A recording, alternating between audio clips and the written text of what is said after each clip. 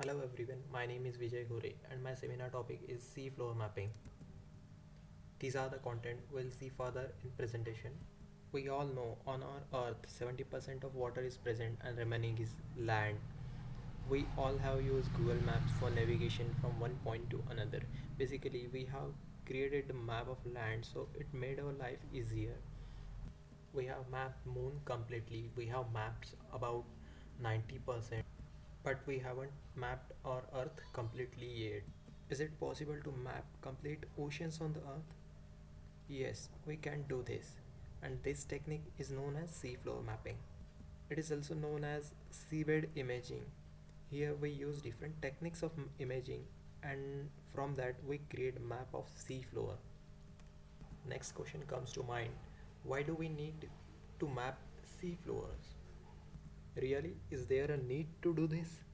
Well, I'll say yes because there are few reasons behind it, which are as follows: like sea exploration for the easy navigation in sea, forecasting tsunamis, exploring oil and gas in sea, laying cables and pipeline in sea. Whatever the internet we are using, it is only because of the laid down cable in oceans.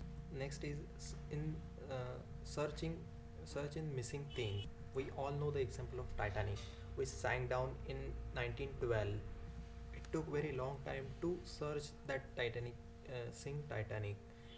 We found that in 1985, so much long period.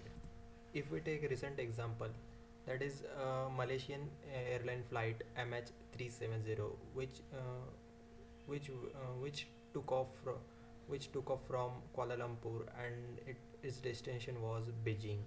It took off, but it mysteriously disappeared. Where it goes, no one knows. For searching things like this, we should map a seafloor completely. Next is climate change. To understand climate changes, underwater volcanoes, and reasons behind this sea level rising. After that, biodiversity. It is also important for fishery management and marine conservation because it is around the underwater mountain and wildlife tends to congregate. Each seamount is a biodiversity hotspot. So, how do we map seafloor?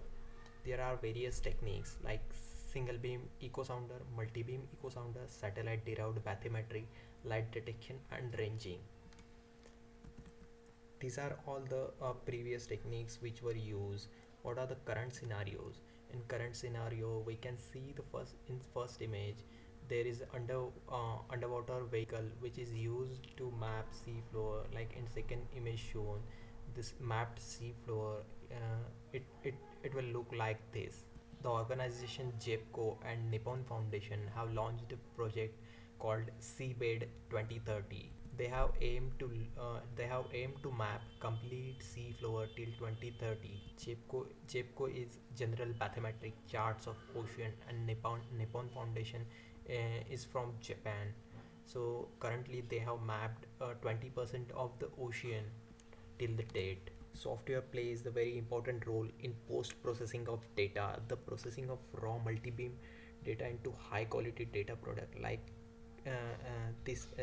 this data is collected at the best possible resolution. This can take a considerable amount of time and resources for data cleaning, integration of auxiliary data, and grading.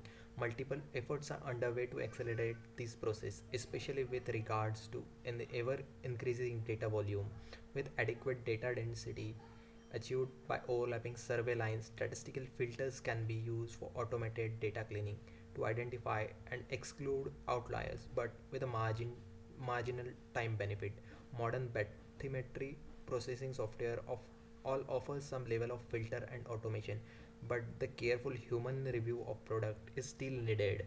These are the softwares which can be used in post processing of data, like Applanix Postpack, EVA, Consberg Navlab, Reason PDS 2000.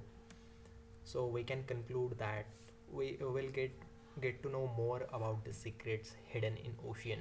It is helpful in marine conservation. It from seafloor mapping. By using seafloor mapping, we can forecast tsunamis and underwater movements. Will get to know more about our oceans. It will also help to understand the challenge of rising sea levels. That's all from my side. Thank you. These are all the references which I use to create presentations.